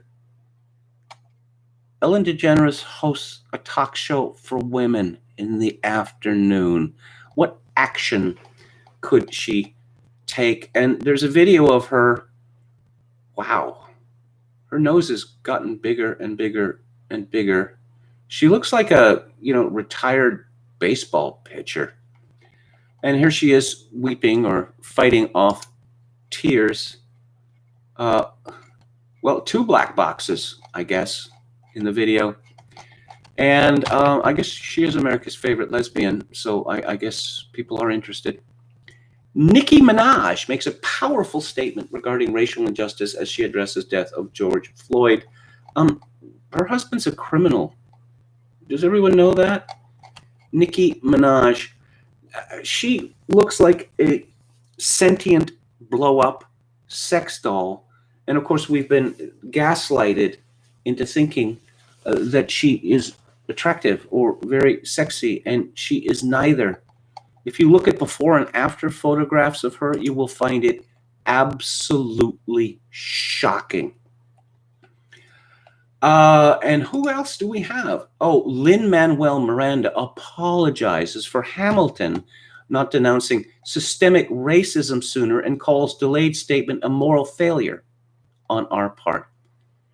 You see, brands or intellectual property, they have to denounce institutional racism. Star Wars, which is, I suppose, a brand and intellectual property, how come Star Wars hasn't denounced the killing of George Floyd and systemic racism? Star Wars is not a person. And I seen looking at a video here of Lin-Manuel Miranda, and he's begging. He is begging, please forgive me. Please, please forgive me. Seth Rogen, who is kind of Canadian. He was born in Los Angeles, but spent from 6 months to 18 years in Vancouver, which is a city where I spent most of my life. In fact, I was living a couple of blocks away from Point Grey High School when he graduated there. And so for a while, I felt a kind of kinship with him. And then it turns out that his movies are moronic rubbish and that he is a very bad person. He got into it about all lives matter, okay, because that's such an outrageous statement. And he actually said to this person, besides the, the swearing and, swearing about the person's father, and he said that you don't deserve my movies anymore. He actually sent that out. You don't deserve my movies anymore. Well, that'd be an enormous sacrifice for anyone to make. Mark Cuban has got into the game. White people, we are the ones that need to change. Dallas Mavericks owner Mark Cuban tweets, hey, Mark Cuban, how about you take your wealth and you give it to Black Lives Matter? Because, if you don't do something like that, you're just a hypocrite and you should shut the hell up. This guy's a billionaire. He's lecturing us. J.J. Abrams, speaking about Star Wars, and his production company Bad Robot pledged $10 million to anti-racist agendas. It will begin with an immediate $200,000 donation to Equal Justice Initiative, Black Futures Lab, Know Your Rights Camp, Black Lives Matter LA, and Community Coalition. This was funny. New York Times changes headline following pressure from Democrats. Yeah, it's pretty shocking. The original headline read, as chaos spreads, Trump vows to, quote, end it now, unquote. Well, yeah, it's true. It happened. And so AOC, Ocasio-Cortez, was very upset about this. You've got to be kidding me, she said. The New York Times headline writers are going to both sides the country to death, Senator Brian Schatz posted. It's a factual statement. Chaos is spreading, and Trump did vow to end it now. And so they changed the headline to Trump threatens to send troops into states. Okay. But AOC is now the headline editor of the New York Times. Maybe they'll have to run all of their headlines. This is not the first time the New York Times has changed a headline because of pressure of this sort. Civil rights leaders, what does that even mean anymore? It's not just that blacks in the United States got all of the civil rights they'd been demanding. They had those by the 1960s. Then they got affirmative action. Civil rights leaders say they're disappointed and stunned after a call with Facebook's Zuckerberg and Sandberg. The civil rights leaders said Zuckerberg gave incomprehensible explanations for not taking action against President Trump's looting, shooting post. Oh dear. On Monday, hundreds of Facebook employees took part in a virtual walkout in a rare show of opposition within the company. I don't know why someone like Mark Zuckerberg, who has more money than God. Oh, Facebook employees walk out. Don't let the door knob hit you on the way out. Good luck finding another job. Okay, it's been great working with you. Because I'm just assuming, based on stuff I've read about Facebook, that they have literally thousands of completely redundant employees who are hired for diversity reasons. Again, what can they do to Mark Zuckerberg? Oh, we're not going to use Facebook anymore.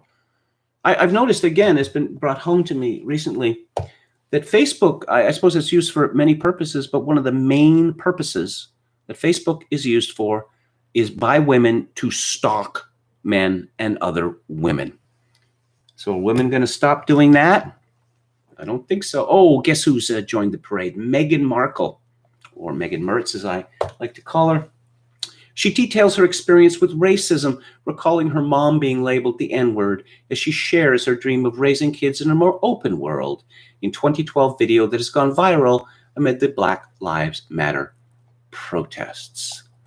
Meghan Mertz, it turns out that they don't like her in Britain. They don't like her at all. There's very few people who have a kind word for her. And based on what I read in the U.S. gossip blogs, Americans don't like her either. She's just Smirkle is one of the nicknames they have for her. She's just considered to be grasping and phony. And she separated her husband from what? His family, his country, his legacy, all of that, so that she could be famous. And this is not unrelated to the fact that, now Meghan Mertz is complaining that Kate Middleton snaps her fingers and gets backing of the palace after negative Tatler article while she was crucified by the media and received no support. Yeah, loyalty is as loyalty does, Meghan Mertz. More evidence smokers are at less risk of COVID-19. Scientists discover adults who are hooked on cigarettes are 50% less likely to test positive for the illness. I'm doing my part to fight COVID-19. So let's wrap it up by talking about some things in Canada. Cabinet Minister Ahmed Hussein, I'm going to pronounce it that way, it's spelled Hussen, He says, I still get followed around in stores. Sure you do. He discusses his experiences with anti-black racism. Canada's first Somali-Canadian cabinet minister says that despite his high-profile position, anti-black racism is a part of his life and that of so many others. As a black Canadian, he has a visceral reaction when police vehicles are nearby.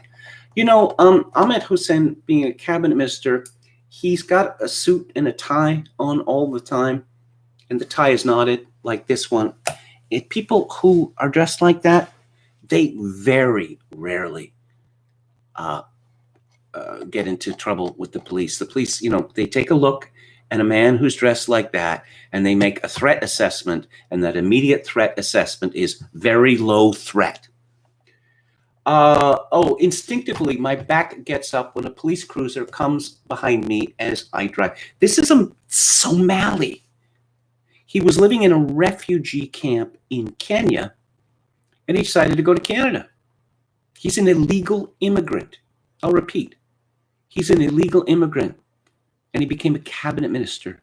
That is how racist Canada is. Black people in Canada, they were not brought here in shackles. They or their parents chose to come here, and the Canadian people graciously allowed them in and then gave them affirmative action, and now they have turned on us, saying that Canada is wicked and that the people, white people who built this country, must be punished. This is what immigration has done to my country and to your country. Justin Trudeau was asked about George Floyd and Trump, and he froze. And people counted 21 seconds. He had no idea what to say, and he burbled something about shock, horror. But Jagmeet Singh, that's actually his name, who is a Sikh with a turban, and he looks like a cartoon villain, and he is a race monger. He said that Black and Indigenous people are tired of pretty words and speeches from people in power. People should go on the streets, perhaps? Singh said Canada must confront its own history of racist violence. You know, did they not know that Canada was a white country when they came here? Because when I believe that Jagmeet Singh's parents came to Canada in 1972, and in 1972, Canada was about 95% white. I'm sure they knew this. How many more people need to die before there's action? Singh said. Are things going to go off in Canada? They might. There was a Black Lives Matter parade in Victoria yesterday, and I went to the front of the legislature and passed by. There was a candlelight vigil there, even though it wasn't dark, and I saw two Black people, because there are almost no, I'll say, when I moved here 19 years ago, there were probably like 50 Black people in the whole city, in the whole metropolitan region. Now there's, 500, 1,000, something like that. But dozens gather for Black Lives Matter march in Victoria. Well, when they gathered in front of the legislature building, I would reckon there were probably 100 of them. I saw two Black people, and I saw a bunch of Native people, one of them with a traditional drum. Anti-racism demonstrators rally in downtown Victoria. That's interesting that they don't use Black Lives Matter in the headline. Okay, one last look at the chat. Okay, Tom Anderson says Canada is significantly better off than America. How much longer? Or how much longer? I wonder, because Toronto apparently is hell-bent on becoming Detroit North. Dawn from Beyond says, I look forward to having some earnest political discussions with my nice Cuban landlady, especially as we move closer to November. I hope to get the entire family to contribute to Trump Slide 2020. Yeah, this points to what I was saying about intersectionality. That, they're all in it together, except they are not all in it together. And in fact, if you look at the so-called Hispanic people, and there's no such thing, of course, it's a linguistic group, that a lot of these groups that are lumped together, they hate each other. But he says, I think things will have to get much worse for things to change. Well, you know, this is not the worst. If you can say this is the worst, that's what King Lear says. But things have got very much worse. And, you know, again, I have no crystal ball, but if these riots in the United States are not put down soon, they seem to be energizing themselves, you know, with the violence, then people are going to start to take measures into their own hands. Le Comte de Brea says, all my black friends can't stand BLM. Alex Flores says, East Indians hate East Asians and vice versa. Yes, I've seen this myself, but I've mentioned before, I used to work at the University of British Columbia. I worked there for 12 years. I started working there when I was 18 years old. And UBC is like the United Nations. Well, the library is. There are people, 50, 80 different racial groups. And naively, I thought that, oh, racism, that's a white thing. Only white people are racist. And I was quickly disabused of this notion, and I learned that every group in the world hates every other group. White people are a partial exception to that. But anyway, that is the show for today. I thank you all for tuning in. If you'd like to show any part of it, I would appreciate it if you would click on the like button and subscribe to my YouTube channel if you have not already. I will be back on the air tomorrow at 4 p.m. Pacific, 7 p.m.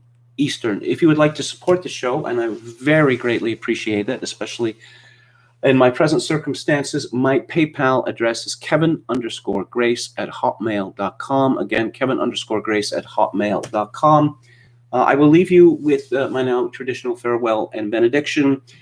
In these days of social atomization and the fall of Rome, I trust that and dearly hope that all of you manage to find some real human connection. Thank you so much. Good night.